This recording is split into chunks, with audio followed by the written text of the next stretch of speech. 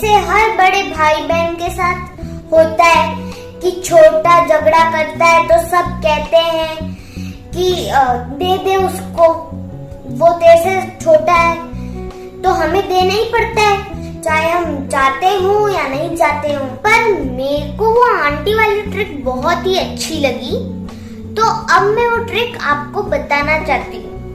तो जितने भी बड़े भाई बहन हैं वो इस वीडियो को बहुत ध्यान से देखना। नमस्कार दोस्तों, मेरा नाम रितिका अमेटा है। आप सबका ज्ञानोलॉजी विद रितिका अमेटा में बहुत बहुत स्वागत है। दोस्तों, एक दिन हम ट्रेन में बैठे हुए थे तो हमारे पास कुछ खिलौने थे, तो मेरा एक छोटा भाई है, हम दोनों खेल रहे थे। तो मेरे पास जो खिलौना होता है, मैं जिस चीज से खेलती हूँ वो ही मेरे भाई को भी चाहिए होता है। तो वो हम दोनों झगड़ा करने लग गए। तो फिर मम्मी ने बोला दे देना उसको, तू बड़ी है, तेरे को तो समझ में आता है। तो फिर मैंने मम्मी से पूछा कि ऐसे तो मैं ही बड़ी रहूंगी, ये मुझसे हमेशा छोटा रहेगा, ये तो मुझसे बड़ा होने नहीं वाला है। तो फिर मम्मी के पास कोई जवाब नहीं था, तो गुस्से में बोलती चुप रह, चुपचाप उसको दे दे। तभी पास में बैठी आंटी ने मुझे इशारे से बुलाया और पूछा तुम्हें वो खिलौना चाहिए? तो मैंने कहा हाँ मुझे वो खिलौना चाहिए। तो बोला तुम उसको वो वाला खिलौना दे दो और अपन कुछ और खेलते। तो मैंने उसको वो खिलौना दिया, फिर हम कुछ अलग गेम खेलने लग गए। थोड़ी देर बाद मेरे भाई को उसमें इंटरेस्ट नहीं आया और फिर वो देखता है अरे वाह, ये तो कुछ और ही मजेदार कर रहे हैं, ये कुछ इंटरेस्टिंग कर रहे हैं। तो फिर वो आ जाता है, वो खिलौना मुझको दे देता है, फिर मैं खेलने लग जाती हूँ। इसी तरीके से जब भी हम दोनों में लड़ाई होती है, जो मेरे पास होता है वो उसको चाहिए होता है, तो फिर जो भी बड़े वहाँ होते हैं, मम्मी पापा, वो सब मुझे डांट के कहते हैं तू दे दे इसको। और तब मैं आंटी की ट्रिक लगाती हूँ, मैं पहले उसको वो चीज दे के कुछ दूसरा काम करती हूँ, थोड़ी देर बाद वो मेरे काम में लग जाता है और मैं चुपके से वो चीज ले लेती हूँ। तो जितने भी बड़े भाई बहन हैं, सबके लिए ट्रिक है, वो ये है कि जो भी आपको चाहिए वो आप एक बार दे दो, बाद में आपको वो चीज ऑटोमेटिक मिल जाएगी बिना किसी झगड़े के। तो मैंने भी मम्मी को इस ट्रिक के बारे में बताया कि मैं ये सब करती हूँ तो मुझे चीज मिल जाती है। तो मम्मी ने मुझे बताया कि प्रकृति का यही नियम है, जो आप देते हो वही लौटकर आपको वापस आती है। फिर मम्मी मुझसे कहती है तूने वो लविश की राइम्स में लाइन्स नहीं सुनी है, sharing makes our life happy बाबा, the more we share the more we have बाबा, sharing makes our life joyful बाबा, sharing is the way of caring बाबा। और इन्हीं लाइनों में वही बता रहा है कि शेयरिंग आपकी लाइफ को हैप्पी बनाता है, और आप जितना शेयर करोगे उतना ही आपको मिलेगा। दुनिया में दान का बहुत महत्व है, लेकिन इसके पीछे का विज्ञान क्या है उसको समझना बहुत ही जरूरी है।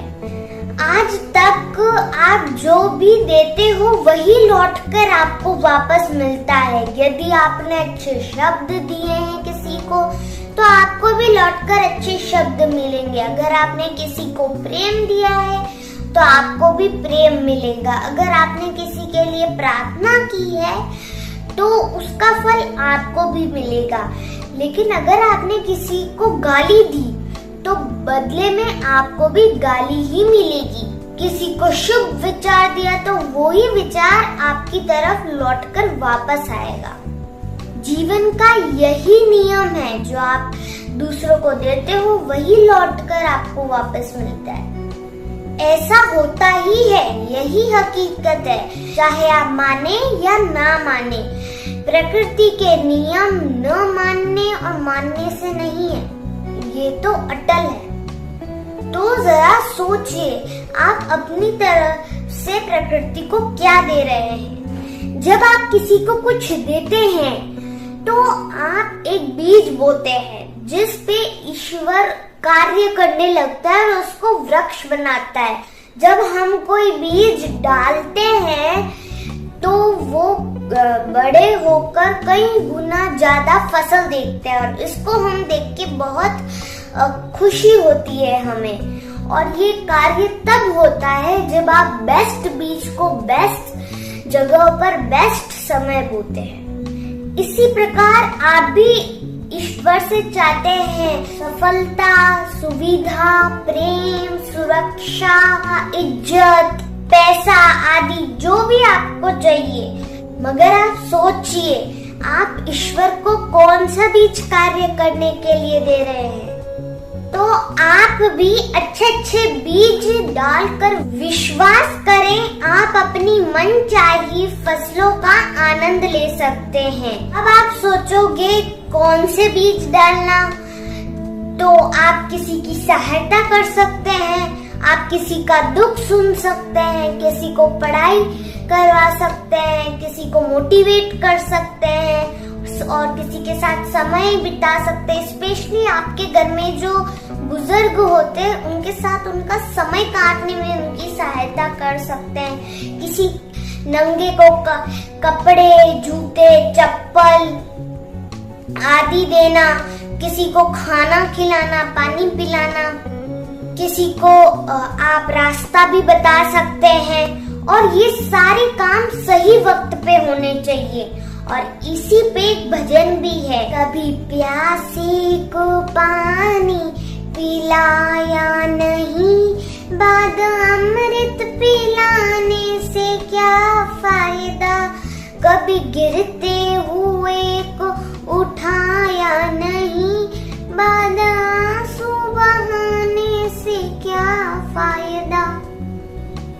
यानी कि इसमें भी यही बता रहे हैं कि कभी प्यासे को पानी तो पिलाए नहीं, बाद में आप अमृत भी पिलाओ तो उसके लिए उसका कोई महत्व नहीं है। कभी गिरते हुए को आपने उठाया ही नहीं, बाद में आप आंसू बहाओगे, उससे उसका कोई फायदा नहीं। तो बीज को डालने के लिए सही समय का भी बहुत ही महत्व है। और इसका एक और भी अंतरा है जो है, मैं तो सत्संग गया, गुरवाणी सुनी, गुरवाणी सुनकर ख्याल आया, जन्म मानव का लेकर दया ना करी, फिर मानव कहलाने से क्या फायदा। इसमें भी यही बता रहे हैं कि मानव का जन्म लेकर किसी पर दया ही ना करी तो फिर मानव कहलाने का क्या ही फायदा।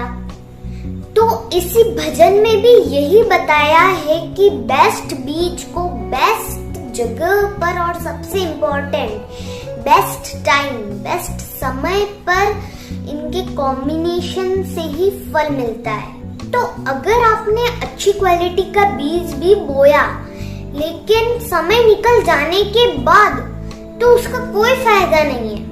तो दोस्तों, ये वो सब बीज जो मैंने आपको बताए, किसी के साथ समय बिताना, किसी की सहायता करना, किसी भूखे प्यासे को पानी पिलाना, खाना खिलाना, ये सारे बीज, ये वो बीज हैं जो जब फलते फूलते हैं तो हमारे घर में खुशहाली आ जाती है, हम धनवान बन जाते हैं और मन से तो हम बहुत अमीर हो जाते हैं। तो दोस्तों, जीवन में हमेशा ये बात ध्यान रखना कि sharing makes our life happy बाबा। दोस्तों, वीडियो अच्छी लगी हो तो लाइक शेयर करना ना भूलें और अभी तक सब्सक्राइब ना किया हो तो जल्दी से सब्सक्राइब कर लें और बेल आइकन दबा दें ताकि आपको अगली वीडियो की जानकारी हो जाए। धन्यवाद।